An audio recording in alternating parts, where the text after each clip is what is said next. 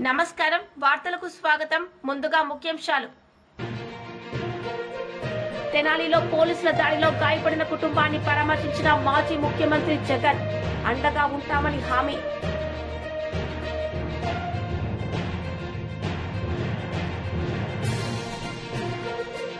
మంత్రి జూపల్లి కృష్ణారావు మీడియా సమావేశం పలు అంశాలపై వివరణ తెనాలిలో పోలీసుల దాడిలో గాయపడిన కుటుంబాన్ని మాజీ సీఎం జగన్ పరామర్శించారు. ఈ సందర్భంగా మీడియాతో మాట్లాడారు. సిఐతో పాటు తెనాలి 2 టౌన్ సిఐతో పాటు పక్కనే ఉన్న మరో పోలీస్ స్టేషన్ సిఐ కూడా వీళ్ళను కొట్టిన వారిలో వీళ్ళిద్దరూ ఉన్నారు. దీనికి సంబంధించి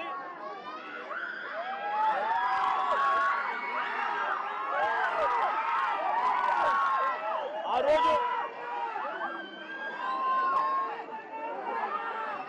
అతి కిరాతకంగా నడి రోడ్డు మీద అతి కిరాతకంగా నడి రోడ్డు మీద వీళ్ళ పరువు ప్రతిష్టను తీస్తూ నడి రోడ్డు మీద అతి కిరాతకంగా పోలీసులు కొట్టిన తీరు ఇది.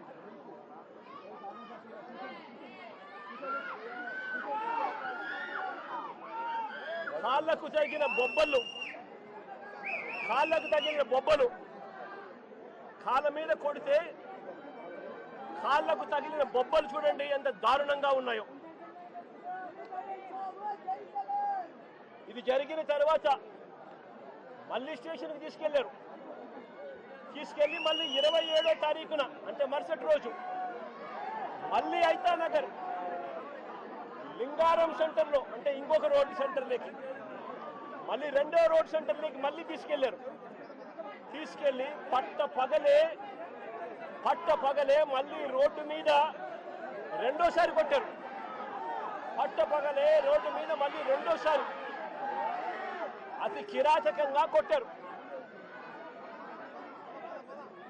కొట్టడమే కాకుండా 3 రోజుల నుంచి వీళ్ళు స్టేషన్లోనే ఉంటారు, వీళ్ళ పోలీసులు అదుపులోనే ఉంటారు. 25వ తారీఖున తీసుకొచ్చారు, 26వ తారీఖున వాళ్ళ దగ్గరే పెట్టుకున్నారు, 26వ తారీఖున రోడ్డు మీద కొట్టారు, రాత్రంతా వాళ్ళ దగ్గరే పెట్టుకున్నారు, 27వ తారీఖున మళ్ళీ ఇంకో రోడ్డు దగ్గరికి తీసుకొచ్చారు. అంటే 3 రోజులు వాళ్ళ అధీనంలోనే ఉన్నప్పుడు వీళ్ళు నడు రోడ్డు మీదకి తీసుకొచ్చి విక్టర్ జోబీలో అంటే జూనియర్ అడ్వకేట్ జోబీలో ఒక కత్తి వీళ్ళే పెట్టి ఇద్దరు విఆర్ఓలను అక్కడికి పిలిచి మారణాయుధం విక్టర్ జోబీలో ఉన్నట్టుగా పంచనామా రాసుకున్నారు.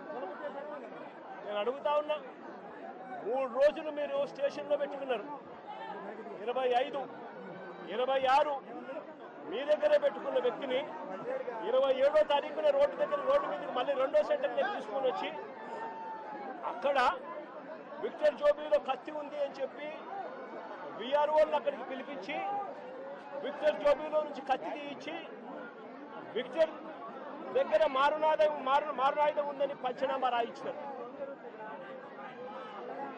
మరుసటి రోజు అంటే అక్కడ కూడా కొట్టడం జరిగింది. ఆ తర్వాత మరుసటి రోజు అంటే ఏప్రిల్ 28వ తారీఖున కోర్టులో హాజరుపరిచారు. కోర్టులో వీళ్ళు హాజరుపరచడానికి మునుపు వీళ్ళు డాక్టర్ దగ్గరికి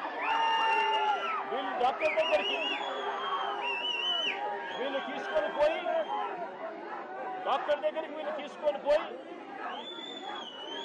దగ్గర వీళ్ళు మంత్రి జూపల్లి కృష్ణారావు మీడియా సమావేశం నిర్వహించారు.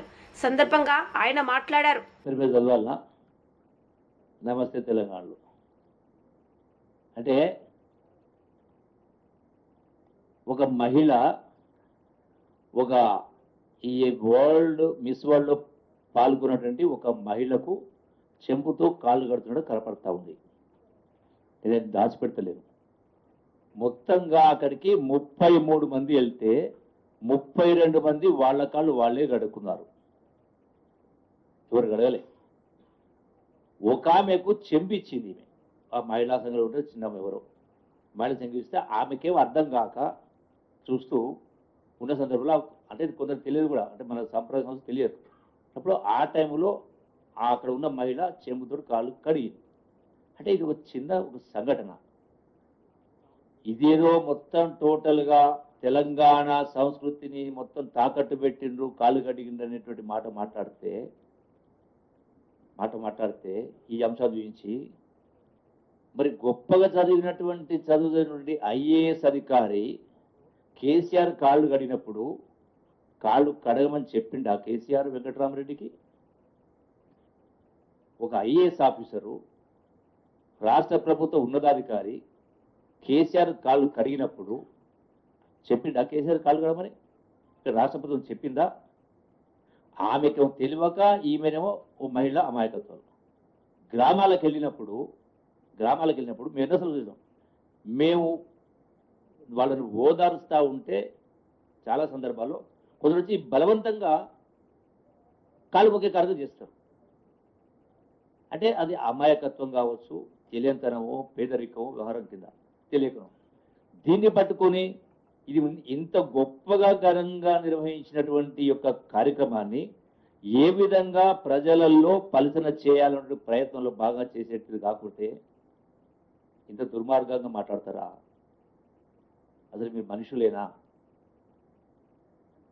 ఇదే తమిళనాడులో చాలా సందర్భాల్లో రాష్ట్ర ప్రగతి కోసం అన్ని పార్టీలు ఒకటే చేసే కార్యక్రమం చేస్తారు, సహకరిస్తారు. ఇంత గొప్పగా ఎన్నో రాష్ట్రాలు పోటీ పడ్డాయి ఈ యొక్క ఈవెంట్ను నిర్వహించడం కోసం, ఎన్నో దేశాలు పోటీ పడ్డాయి. అటువంటిది మన రాష్ట్రానికి వచ్చినప్పుడు ఎందుకోసం? ఇది తెలంగాణ టూరిజం ప్రమోషన్ కోసం, చేసే కార్యక్రమం. ఇలా ప్రపంచాన్ని ఇక్కడ రప్పించి అతి తక్కువ అసలు ఖర్చు లేకుండా చేసినప్పుడు మరి వీళ్ళు ఏ విధంగా విమర్శిస్తూ ఉన్నారు? నేను వీళ్ళని ప్రశ్నిస్తూ ఉన్నా, బీఆర్ఎస్ నాయకుల్ని, మాట్లాడిన వాళ్ళను. 2016-17 సంవత్సరంలో ఈ టూరిజం ప్రమోషన్ కోసం 27,84,00,000 ఖర్చు పెట్టింది. ఒక సంవత్సరము టూరిజం ప్రమోషన్ కోసం బీఆర్ఎస్ ప్రభుత్వంలో 27,84,00,000 టూరిజం ప్రమోషన్ కోసం ఇతర దేశాలకు పోయి కావచ్చు, టూరిజం దానికి సంబంధించి 2000. ఎమ్మెల్యే పొలిట్ బ్యూరో సభ్యులు నక్క ఆనంద్ బాబు మీడియా సమావేశం నిర్వహించారు. ఈ సందర్భంగా ఆయన మాట్లాడారు. వాళ్ళ తర్వాత మొత్తం ఏళ్లన్నీ కూడా తాడేపల్లి ప్యాలెస్ వైపు చూపిస్తా ఉన్నాయి. ఈ అంశం పెద్ద చర్చనీయాంశంగా ఉంది రాష్ట్రంలో. ఇటువంటి అంశాల నుంచి పక్కదారి పట్టించడం కోసం ఇలాంటి చౌకబారు పనులు చేస్తా ఉన్నాడు. లేకపోతే రౌడీ షీటర్లు పోలీసుల మీద హత్యాయత్నం చేసి వారేదో కొట్టారని చెప్పి నానా యాగి చేసి ఆ తెనాలి వెళ్ళి అది ఏదో నేరాలు ఘోరాలు జరిగిపోయినట్టుగా మాట్లాడి వాళ్ళని సమర్థిస్తా. ఆ రౌడీ షీటర్లు గంజాయి బ్యాచ్ ఎవడైతే ఉన్నాడో వాడేదో గంజాయి అమ్మటం నేరం కాదు, ఆడపిల్లలను గొడవ చేయటం నేరం కాదు అన్నట్టుగా ఉంది ఇతను చేసేది. వీళ్ళేదో ఒలింపిక్స్లో మెడల్ సాధించడం పోయినట్టు పొగుడుతున్నాడు వాళ్ళ గురించి. ఆయన చదువుకున్నాడు, వాళ్ళ అక్క ఇది చదివింది, వాళ్ళ చెల్లి చదివిందని. చదువుకోవచ్చు కానీ సంస్కారం కావాలి, చదువు కాదు. వాళ్ళు చేస్తున్న పనులేంది? వాళ్ళు ఇచ్చిన కేసుకే. బీఆర్ఎస్ పార్టీ మహిళా మీడియా సమావేశం నిర్వహించారు. సందర్భంగా ఆమె మాట్లాడారు. పోయి ఎంజాయ్ చేసారు, 200 కోట్ల ఖర్చు పెట్టి. మరి అందాల పోటీలు 70 సంవత్సరాల కాలంలో ఎవ్వరు కూడా ఆ పోటీలు జరుగుతున్నటువంటి క్రమంలో ఒక్కరు కూడా బయటకు పోలే. కానీ ఇవాళ మన దగ్గర జరిగినటువంటి ఈ అందాల పోటీల నుంచి మధ్యలోనే ఒక మహిళ పోయింది. అంటే మధ్యలోనే పోయింది అని అంటే ఆమె ఈ స్థాయికి రావడానికి అంటే అందాల ఒక అందంగా ఉంటేనే ఈ పోటీలలో పాల్గొన్నారు. వాళ్ళకు చాలా నైపుణ్యత ఉంటుంది. వివిధ పోటీలలో వాళ్ళు గెలిచి ఈ స్థాయికి వచ్చినటువంటి మహిళలు వాళ్ళు. ఆ మహిళ మధ్యలోనే పోయిందంటే ఎందుకు పోయింది అంటే వీళ్ళు అనుసరించినటువంటి తీరు, వీళ్ళు ఆ మహిళలతోటి ప్రవర్తించినటువంటి తీరు, వాళ్ళ అవమానపరిచినటువంటి పద్ధతులు ఏవైతే ఉన్నాయో వాళ్ళు ఇక్కడ వాళ్ళను ఒక మనుషులుగా కాకుండా ఒక డ్యాన్సర్లుగానో ఒక వేషాలలాగానో అంటే ఒక డ్యాన్సులు చేసే మనుషులుగా చిత్రీకరించి చూసి ఒక బొమ్మల్లాగా ఆడిపియాలన్నటువంటి ఒక ఆలోచనతోటి ఎక్కడి పడితే అక్కడికి తీసుకెళ్ళడం, గంటలు నిలబెట్టడం, ఇవన్నీ చూసి ఆమె మధ్యలో వెళ్ళిపోయినటువంటి మహిళ ఆమె ఆవేదన అక్కడికి చెప్పుకుంటే ఈ చామాల కిరణ్ రెడ్డి గారు ఏం మాట్లాడుతున్నాడు? ఆయన మతి ఉన్నదా? ఆయనకు అసలు మతి భ్రమించిందా? ఏం మనిషి అసలు? ఒకవైపేమో అందాల పోటీలను పెట్టి ఈ భారతదేశ మహిళలను, తెలంగాణ మహిళల్ని అవమానపరిచిర్రు. తెలంగాణ పరువు, భారతదేశ పరువు, భారతదేశ ప్రజల పరువు తీసిర్రు. అది పోయి దాని గురించి ఆలోచించకుండా ఎక్కడో మధ్యలో పోయినటువంటి మహిళ ఆమె పడ్డ బాధలు, ఆమె పడ్డ అవమానాలు అక్కడ చెప్తే బీఆర్ఎస్కు సంబంధం అంటాడు. అంటే ఈయనకు మతి ఉంది అంటే మేము ఆమె దగ్గరికి పోయి మేము మాట్లాడిస్తామా? సిగ్గుండి మాట్లాడుతుండా? సిగ్గు లేకనా? మతి ఉండా? మతి లేక మాట్లాడుతున్నాడా? ఎంత ఆశ్చర్యం అంటే వాళ్ళు ఎంత ఘోరంగా ఉన్నదంటే ఒక మహిళ ఆమె ఇక్కడ అందాల పోటీలలో పాల్గొనడానికి వచ్చింది. ఎంతమంది పురుషులు ఉన్నారు చూడండి. ఆమె చెయ్యి ఎట్లా పట్టుకుంటారండి? ఆ చెయ్యి పట్టుకోవచ్చా? చెయ్యి పట్టుకొని ఆమె ఆ ముఖం కవలికలు చూడండి ఎట్లా ఉన్నాయో, వణుకుతున్నట్టు, భయపడుతున్నట్టు, ఫ్రీగా ఉన్నదా ఆమె? ఇది ఇక్కడ వాళ్ళ ప్రవర్తించినటువంటి తీరు. ఇంకొకటి రియల్ ఎస్టేట్ ఆఫీసుల చుట్టూ తిప్పడం. రియల్ ఎస్టేట్ ఆఫీసుల చుట్టూ తిప్పి గంటలు వాళ్ళను నిలబెట్టి తమాషా చూడడం. ఇక్కడ మీరు 200 కోట్లు ఖర్చు పెట్టి అందాల పోటీలు పెట్టి చేసిన నిర్వాకం ఇది వాళ్ళ పరిస్థితి. ఇదే కాదు, మాజీ మంత్రి అంబటి రాంబాబు మీడియా సమావేశం నిర్వహించారు. సందర్భంగా ఆయన మాట్లాడారు. కూడా పాల్గొన్నాం, ఫైట్ చేశాం. అయినా చంద్రబాబు నాయుడు గారు చేయలేదు, అది వేరే అంశం. నేను ఇక్కడ మీకు గుర్తు చేస్తున్నా, ఉద్యమం చేసినప్పుడు ముద్దగడ పద్మనాభం గారు ఒక పిలుపు ఇచ్చారు, పళ్ళేలు కొట్టండి అని. గ్రామాల్లో సైతం కాపులు పళ్ళేలు కొడితే కేసులు పెట్టారు. తుని బహిరంగ సభకు పిలుపునిస్తే ఇక్కడ నుంచి బయలుదేరి వెళ్తుంటే వారి మీద నోట్ చేసుకుని కేసులు పెట్టారు చంద్రబాబు నాయుడు గారి ప్రభుత్వంలో. కొన్ని వందల వేల కేసులు కాపుల మీద పెట్టారు. తర్వాత తునిలో బహిరంగ సభ జరిగింది. పెద్ద ఎత్తున కాపు సమాజం అంతా వచ్చింది. కాపుల్ని బీసీలో చేర్చాలని గర్జించింది. అక్కడ ఒక సంఘటన జరిగింది. రత్నాచల్ ఎక్స్ప్రెస్ ఆ బహిరంగ సభకు దగ్గరలోనే ఉన్న ట్రాక్ మీద కాలిపోయింది, దహనం అయింది. అది కాపులే తగలబెట్టారు అని చంద్రబాబు నాయుడు గారి ప్రభుత్వం కేసు పెట్టింది. ముద్దగడ పద్మనాభం గారి మీద కేసు పెట్టింది. ఆయన కాక 40 మంది మీద కేసు పెట్టింది. సరే, బాగానే ఉంది. ఆ తర్వాత వస్తా. ఆ తర్వాత ముద్దగడ పద్మనాభం గారు నిరాహార దీక్ష చేస్తుంటే ఆయన ఇంటి తలుపులు పగలగొట్టి తీసుకొచ్చి ఆసుపత్రిలో పెట్టారు. ఇవాళ కూడా మనం చూస్తున్నాం కదా, అరెస్ట్ చేస్తే ఎవరు మాట్లాడడానికి వీల్లేదు, ఎవరు కలవడానికి వీల్లేదని ఈ విధంగా ఆంక్షలు పెట్టి వాళ్ళ వైఎస్ఆర్ కాంగ్రెస్ పార్టీ నాయకులు అరెస్ట్ చేసినప్పుడు వేధిస్తున్నారు. ఆ రకంగా ముద్రగడ పద్మనాభం గారికి పేపర్ కూడా వెళ్ళలేదు, సెల్ కూడా మాట్లాడనివ్వలేదు, టీవీ కూడా చూడనివ్వలేదు. అలా నిర్బంధిస్తే కుమిలిపోయాడు. నేనప్పుడు గుర్తు చేస్తున్నా, హోటల్ హయత్ హైదరాబాద్లో ముద్రగడ పద్మనాభం గారిని ఇలా చేయటం తప్పు అని దాసరి నారాయణరావు గారు, చిరంజీవి గారు, దాసనారాయణరావు గారు చనిపోయి ఉన్నారు, చిరంజీవి గారు, బొత్స సత్యనారాయణ గారు, రామచంద్రయ్య గారు ఇవాళ టీడీపీలో ఉన్నాడు, రామచంద్రయ్య గారు, తోట చంద్రశేఖర్ గారు, కాపులకు సంబంధించి ఇంకా చాలామంది ఉన్నారు, పేర్లు నాకైతే గుర్తు రావడం లేదు. కానీ మేమందరం కలిసి సమావేశమై బయటకు వచ్చిన తర్వాత చిరంజీవి గారును మన దాసనారాయణ గారు ఒకే ఒక్క మాట చెప్పాడు, వంగవీటి మోహన్ రంగారావు గారిని కోల్పోయాం, కానీ ముద్రగడ పద్మనాభం గారిని కోల్పోవడానికి మేము సిద్ధంగా లేవు, ఖబర్దార్ అని వార్నింగ్ ఇచ్చారు. చిరంజీవి గారు, దాసనారాయణరావు గారు కూడా ఇద్దరు కలిసి ఇచ్చారు. ఒకసారి చూసుకోండి యూట్యూబ్లోకి వెళ్ళి. ఆ తర్వాత ముద్రగడ పద్మనాభం గారిని స్లోగా వదిలేశారు. ముద్రగడ పద్మనాభం గారిని తీసుకొచ్చేటప్పుడు వాళ్ళ భార్యని ఇష్టం వచ్చినట్టు తిట్టారు, కొడుకుని ఇష్టం వచ్చినట్టు కొట్టారు. ఎందుకు ఈ కక్ష నాకు అర్థం కాలేదు. సరే అయింది, తుల్లో దహనం జరిగింది, రైల్వే కోర్టు విచారణ చేసింది, సాక్షులను విచారించింది, నేరం రుజువు కాలేదు అని 40 మంది కేసు కొట్టేసింది. ఆ రోజునే ఈనాడులో కూడా కేసు కొట్టేసినప్పుడు కూడా చాలా వ్యంగ్యంగా, చాలా కక్షగా ఐటెం వేశారు. ఆ రోజునే నేను చెప్పాను, ఎందుకు మీ కడుపు మంట రామోజీరావు గారు, కేసు కొట్టేస్తే రుజువు కాకపోతే అని.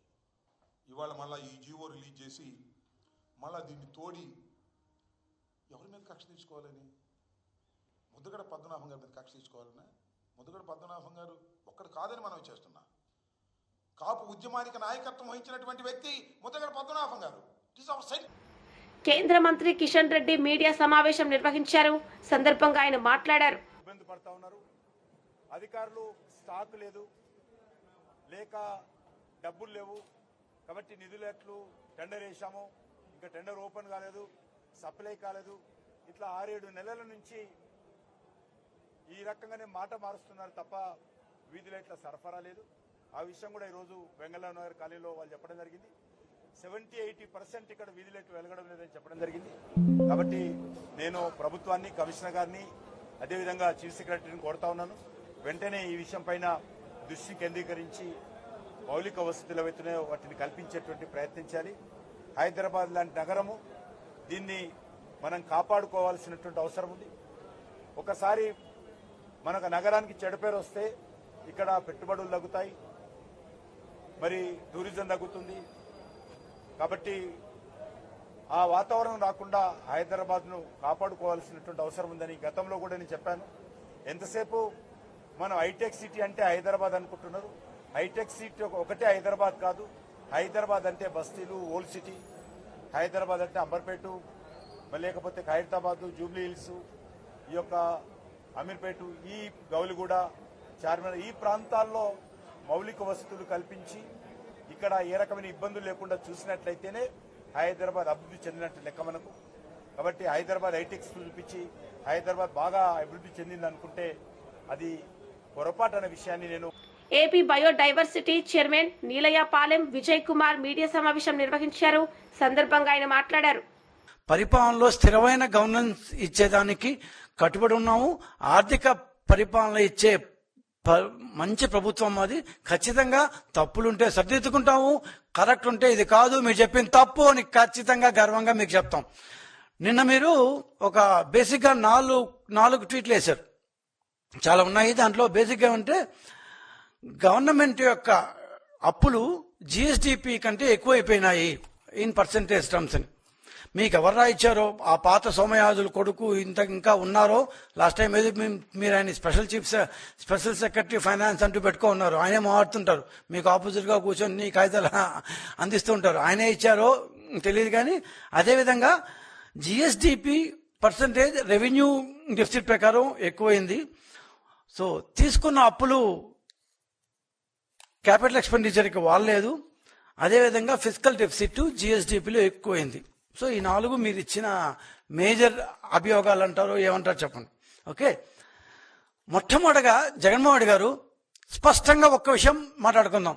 స్టేట్ ఓన్ ఇన్కమ్ అంటే రాష్ట్రం సొంతగా సంపాదించుకున్న ఇన్కమ్, రాష్ట్రం సొంతగా సంపాదించుకున్న ఇన్కమ్ ప్రకారం చూస్తే 2024 జూన్లో మీరు మాకు అధికారం అప్పగించేసి వెళ్ళిపోయిన టైం నుంచి మొన్న మార్చి పూర్తయిందాకా ఈ 10 నెలల్లో, ఇంకా చెప్పాలంటే ఏప్రిల్ మేలో మీరే అధికారంలో ఉన్నారు, ఆ 2 నెలలు కూడా వేసుకుంటే మేము దాదాపు మీకంటే 10,000 కోట్ల రూపాయలు ఎక్కువ సంపాదించాం. 10,000 కోట్ల రూపాయలు మీకంటే ఎక్కువ సంపాదించాం. యూ కెన్ చెక్, మీరు ఇచ్చిన క్యాగ్ రిపోర్ట్లో మీరు చెక్ చేసుకోవచ్చు. స్టేట్ ఓన్ ఇన్కమ్ లో ఏమేమి వస్తాయంటే బహుశా మీరు ఆయన రాయిచ్చుంటారు, మీరు పెద్ద చూసుంటారు. అవన్నీ ట్యాక్స్ రెవెన్యూలు ఏమొస్తుంటే జిఎస్టీలు వస్తాయి, stamps, land revenue, sales tax, excise, state share of union taxes, ఇవన్నీ రాష్ట్ర సొంత ఆదాయంలో వస్తాయి. ఇది మీరున్న 23-24 మార్చి దాకా మీరున్న టైంకి 131,632 కోట్లు, 131,632 కోట్లు. ఈ 12 నెలల్లో మేము ఉన్నది యాక్చువల్ 10 నెలలే, మీరున్న 2 నెలలు కూడా ఇంకేం చేయలేం కదా, అక్కడ ఏమి ఇన్కమ్ లేకపోయినా తీసుకోవాల్సి వచ్చింది మాకు. 141,515 కోట్లు అంటే దాదాపు 10,000, దాదాపు కాదు కరెక్ట్ గా 10,000 కోట్ల రూపాయలు మీకంటే ఎక్కువ సంపాదించాం. ఏ బేసిస్ మీద మా ఆర్థిక నిర్వహణ బాగాలేదంటున్నారో మాకు అర్థమే కావట్లేదు. మీరు ఒక్కసారి మీరిచ్చిన క్యాగ్ రిపోర్ట్లు, ఒక్కసారి క్యాగ్ రిపోర్ట్ను చూసుకోండి దయచేసి. ఆ సోమయాజులు గారి కొడుకిచ్చింది ఇష్టం వచ్చిన చదివేయకండి, దాన్ని బేస్ చేసుకొని రాయకండి. మీకేమన్నా తెలిస్తే, అర్థమైతే, నిజంగా ఆర్థిక నిపుణులు ఎవరు ఉంటే వాళ్ళని సంప్రదించి రాయండి. మీకంటే గత సంవత్సరంతో పోలిస్తే మేము వచ్చిన 10 నెలల్లో మేము 10,000 కోట్ల రూపాయల అదనపు ఆదాయం సంపాదించింది వాస్తవం. From 1,31,000 change crores to we have come to 1,41,000 change crores. ఇది వాస్తవం. అప్పులు మీరు మీ యొక్క లాస్ట్ సంవత్సరంలో 61,789 కోట్ల రూపాయలు అప్పులు చేశారు. మేము అధికారంకి వచ్చిన 10 నెలలు, ఆ 2 నెలలు కూడా ఆర్థిక సంవత్సరంలోకి వస్తుంది కాబట్టి లాస్ట్ ఏప్రిల్ మే తప్పదు కాబట్టి మొత్తం అప్పు మేము చేసింది 81,615 కోట్లు. 81 అంటే మీకంటే 20,000 కోట్లు అప్పు చేశామని గర్వంగా చెప్పారు. మీరు ఏదో కనిపెట్టేటట్టు కొండందో ఏదో కనిపెట్టినట్టు చెప్పారు. మర్చిపోయింది ఏంటంటే మీరు ఏప్రిల్ మే నెల ఆఫ్ 2024 అంటే అధికారం చివరి 2 నెలల్లో మీరు 22,000 కోట్ల రూపాయలు అప్పులు చేశారు.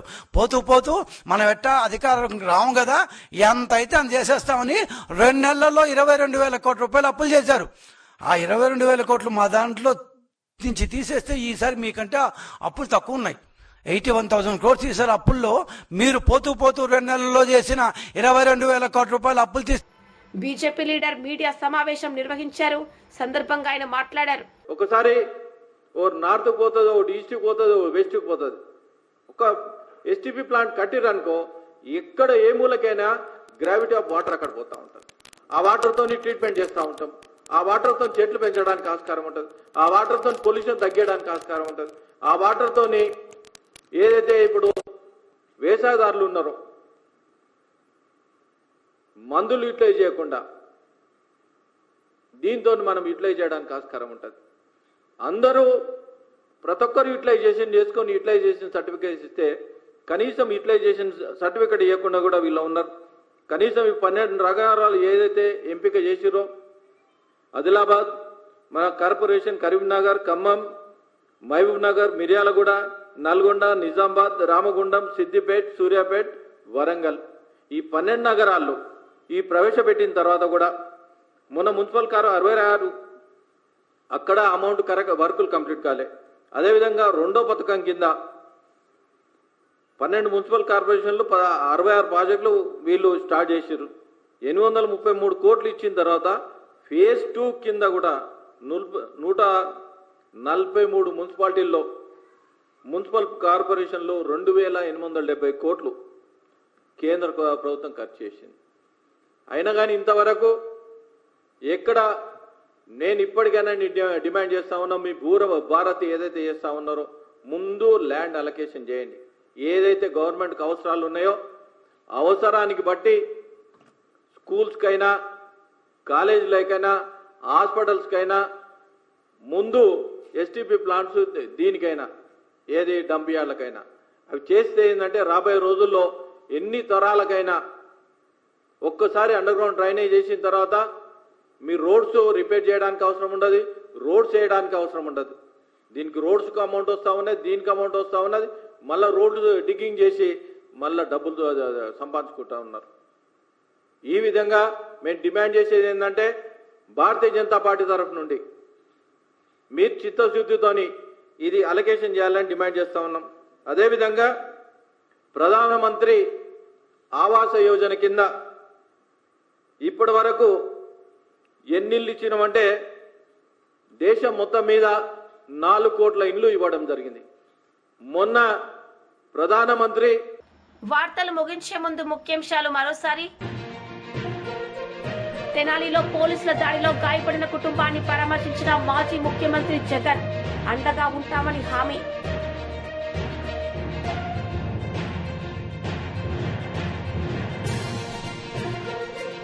మంత్రి జూపల్లి కృష్ణారావు మీడియా సమావేశం, పలు అంశాలపై వివరణ. ఈ వార్తలు ఇంతటితో సమాప్తం. తిరిగి ప్రసారమయ్యే వార్తల్లో మళ్ళీ కలుద్దాం. అంతవరకు సెలవు. నమస్తే.